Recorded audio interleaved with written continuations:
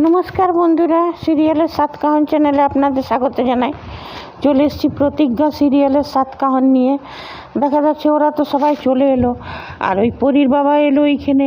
আর ওর সৎ কাকাটাও, যে পরীকে ও বিপাশাকে যে তারপরে হিরণময়কে মারার চেষ্টা করেছিল, মার্ডার করতে যাচ্ছিল, মানে যাকে দিয়ে রুদ্র নামের একটা লোককে দিয়ে, তারাও এসছে। ওর ছেলেটাও এসছে হিরণময়ের সাথে, মানে নিজের জ্যাঠার সাথে আর কি। নিয়ে বলছে যে আমরা কতদিন থেকে, ওর কাকাটা বলছে, প্রত্যেকবার অপেক্ষা করি এই ফিরে আসবে পরী আর বৌদি, হ্যাঁ, কিন্তু আসে না। নিয়ে ওর ছেলেটা এখন কাঁদছে, তখন বলছে এইখানে ওভার অ্যাক্টিং করা যাবে না। নিয়ে মনে পড়ছে ও কেমন করে রুদ্রকে সুপারি দিয়েছিল মারবার জন্যে এদেরকে, আর সম্পত্তিগুলো হড়পাবার জন্যে। কিন্তু ওইখানে দেখা যাচ্ছে ওইখানে অভিচুপ করে এক জায়গায় দাঁড়িয়ে আছে, আর হিরণময় সব কথা বলছে। এদিকে ছুটি এখন যাচ্ছিল স্কুটিতে করে, আর বারবার ঝুমকিকে ফোন করছে যে তুই কোথায় যাচ্ছিস, ফোন কেটে দিচ্ছে। আর ছুটি এই ঝুমকি এখন ওই রুদ্র আর রোমার কাছে যাচ্ছে। ওরা প্রপার্টি ডিলিং করে, সুপারি কিলিং, মানে নানা রকম, রুদ্রর তো নানা রকম কাজ, আর এরা হচ্ছে প্রপার্টি ডিলিং। এরা আশ্রয়টা, যেখানে এরা মানুষ হয়ে অত ছেলে মেয়ে আছে অনাথ আশ্রমে, ওই আশ্রয়টাকে এরা কিনতে চাইছে। সেই জন্যই ঝুমকিকে ডেকেছে, নিয়ে ঝুমকিকে ফাঁসিয়েছে একটা ছেলে। নিয়ে ঝুমকি ওদের সাথে ডিল করতে গেছে। তো বলছে শোনো, তোমাকে 2 কোটি টাকা দেব, ওই আশ্রয়টা তোমরা বিক্রি করো, তুমি আশ্রয়ের লোকগুলোকে বুঝাও, আর ওইখানে যে প্রজেক্ট হবে তার মধ্যে তুমিও থাকবে আমাদের সাথে পার্টনার। তো ঝুমকি তো লোভী, ও বলল হ্যাঁ। বলছে শোনো, এটা করতে পারো তো তোমাকে আমি 2 কোটি টাকা দেব। নিয়ে তারপরে ওরা এখন তারপর ঝুমকির ফোন এলো। ছুটি ফোন করছে, এই ঝুমকি তুই কোথায় আছিস, তোকে একটা ছেলের সঙ্গে দেখেছি, তুই কোনো বিপদে নেই তো? বলছে না, আমি কোনো বিপদে নেই। হ্যাঁ, আর শুন, আমাকে এমন লোকের সঙ্গে আমি দোস্তি বানিয়ে রেখেছি যে আমাকে লোকে গাড়ি দিয়ে আসে পিক করতে, আমাকে নিয়ে চিন্তা করবার দরকার নাই, তুই নিজের চরকায় তেল দে, করে ফোন কেটে দিল। আর এদিকে রোমা এখন মনে মনে করছে, ওই প্রপার্টি ডিলার যে তোমার মতন লোভী, মিথ্যেবাদী, স্বার্থপর মেয়েকে আমার দরকার, হ্যাঁ, তবেই না আমাদের ডিলটা হবে। আর এদিকে দেখা যাচ্ছে বিকি, ওর বন্ধুটা, ওই অভি আর ওর বন্ধুটা গাড়িতে করে যাচ্ছে, আর সারা শহরে হাই তোলার পোস্টার, ওইটা দেখে রেগে ও ভূত হয়ে আছে। তারপরে নানা রকম সোশ্যাল মিডিয়াতে ওইটা নিয়ে কমেন্ট পাস করছে লোক, হ্যাঁ। আর ও তো বেচারি, ছুটিতে বেচারি এসব কিছু জানে না। ও ভেবেছে ও ভালো ছবি করেছে, ভালো ছবিটা দিয়েছে। ও বুঝতেই পারেনি যে হাই তোলা ছবিটা দিয়ে দিয়েছে আনমনে কাজ করে, আর পুরো আর রেগে কাই হয়ে আছে অভি। আর দেখা যাচ্ছে ছুটি এখন বাজার টাজার লিস্ট নিয়ে বাজার করতে গেছিলো, নিয়ে বাজার করে আসছে। নিয়ে তারপরে ওরা সব, ওই দিদিটাও আছে আশ্রমের, নিয়ে আস্তে আস্তে ওর লিস্টটা উড়ে গেছে। ও দৌড়ে লিস্টটা কাগজটা ধরতে গেছে, আর পড়বি তো পড়, অভির গাড়ির সামনেই। আর অভি তো ওকে দেখে রেগে কাই। নিয়ে তারপরে ছুটি বলছে যে আমি আপনার ছবিটা ব্যানারে লাগিয়েছি, দেখুন সব জায়গায় আপনার পোস্টার চেপে গেছে। ওইটা শুনে তো অভি রেগে ভূত হয়ে আছে, আর ছুটি এখনও জানে না যে কোন ছবি। হ্যাঁ, নিয়ে অভি কী করলো, ওর সঙ্গে কথাও বললো না, কারের দরজাটা বন্ধ করে দিয়ে চলে গেল। ছুটি ভাবছে এটা আবার কি অসভ্যতা করছে রে বাবা এই লোকটা, আমি। নিয়ে তারপরে যখন ও ছুটি ছবিগুলো দেওয়ালে দেখছে, তখন বুঝতে পেরেছে যে অভি ওর উপরে রেগে আছে কেন। নিয়ে মাফ করবেন, নিয়ে নিয়ে সেটা তো হলোই, এবারে তো সরি বলতে যাবে।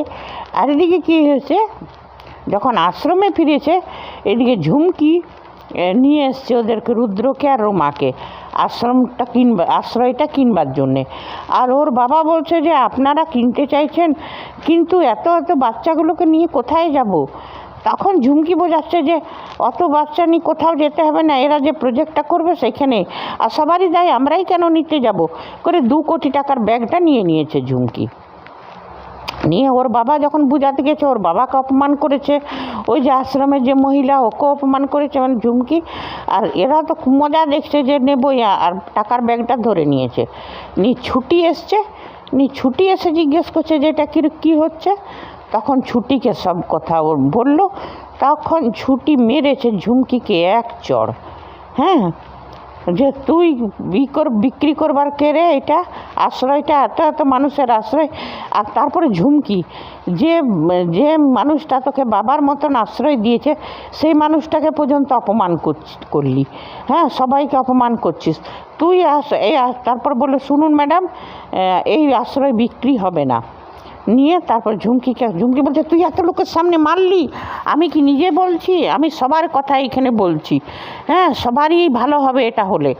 তখন বলছে, সবারই কথা তুই কি বলছিস? এরা এখানে যারা কথা বলতে পারে না তাদের কথা আমি বুঝতে পারি, আর তুই কি করে সবারই কথা বলতে পারবি? তুই বলছিস কথা বলতে পারে না ওদের। বলছে, তুই এত লোকের সামনে মারলি? বলছে, হ্যাঁ মেরেছি। তুই সবাইকে অপমান করছিস, তুই এইসব করতে পারিস না। তারপরে 2 কোটি টাকার ব্যাগটা রুদ্রর হাতে দিয়ে দিল, বলে যান এখান থেকে, আশ্রয় বিক্রি হবে না। তখন ওই রোমা বলছে যে আশ্রয়টা আমরা কিনেই ছাড়বো। হ্যাঁ, নিয়ে না, তারপর ওর মাথার উপর বন্দুক টেকে দিয়েছে রুদ্র।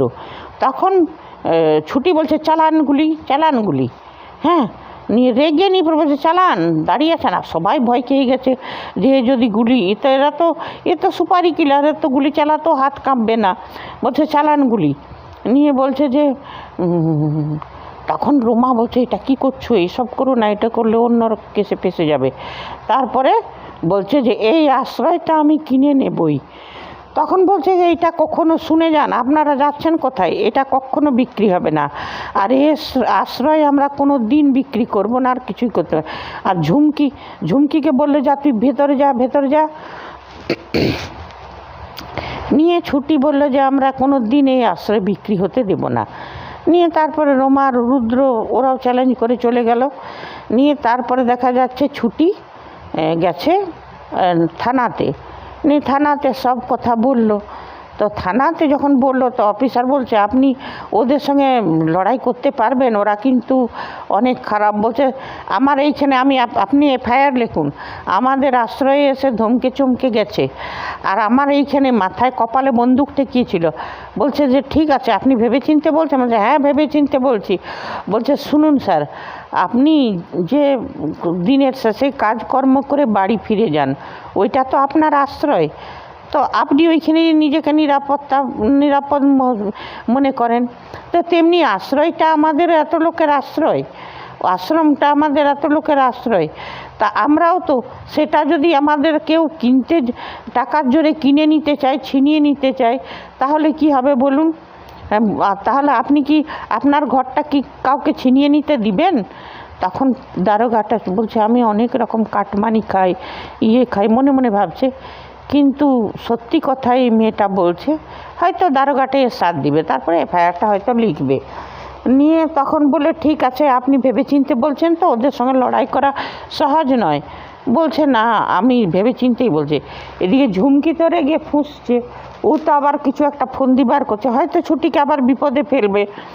তবে এবার মনে হয় অভির কাছেই হয়তো যাবে ছুটি, যে কিন্তু পরিচয়টা তো এখনও সামনে আসলো না। হ্যাঁ, এটাও একটা দেখা যাক। আর অভি তো সবসময় ওই চিন্তাতেই থাকে, আর তারপর নিজের কেস নিয়েই থাকে। হয়তো ছুটির কেসটা অভিয়েই লড়বে। আর এদিকে দেখা যাচ্ছে যে হিরণময়, মানে পরীর যে বাবা, সে একটা গাড়ির কাছে মানে ধাক্কা খেয়ে যেত। তখন মানে নেক্সট এপিসোডে দেখব, তখন ছুটি ওই হিরণময়কে বাঁচালো। তখন ওই অভি এসে বলছে যে আপনি হিরণময় আঙ্কেলকে বাঁচালেন, তার জন্যে অনেক বড় উপকার করলেন।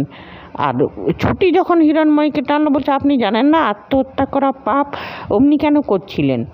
নিয়ে তারপরে ওই অভি বললো যে আপনি হিরণময় আঙ্কেলকে বাঁচালেন, অনেক উপকার করলেন। তখন ছুটি আবার ওর জামাটা ধরলো, বলছে যে কেউ যখন অন্যায় করে তখন আপনি সরাসরি চোখে চোখ রেখে শাসন করেন, সামনে শাসন করেন। আর কেউ যদি উপকার করেন তো ধন্যবাদটাও চোখে চোখ রেখেই দিবেন। হ্যাঁ, যখনই ওর জামাটা ধরে তখনই মানে জামার হাতটা ধরে তখনই অভির মনে পড়ে যায় পরীর কথা। তবে কতদিনে এটার খুলাসা হবে জানি না, তবে হ্যাঁ প্রথম থেকেই সিরিয়ালটা বাজিমাত করেছে, সবাই খুব পছন্দ করছে সিরিয়ালটাকে। আর রণজয় বিষ্ণুর তো অনেক ফ্যান আছে, অভিকারও ফ্যান আছে, তবে সুন্দর লাগছে জুটিটাকে। এখন দেখা যাক কী হয়, ওদের আশ্রয় বাড়ি বিক্রি তো হতে দিবে না, অভি হয়তো লড়বে। আর এই মানে এইসবেই হবে। আর ঠিক আছে বন্ধুরা, আজ এতটাই। নেক্সট এপিসোডের 7 কাহন নিয়ে ফিরে আসবো। ধন্যবাদ, বাই।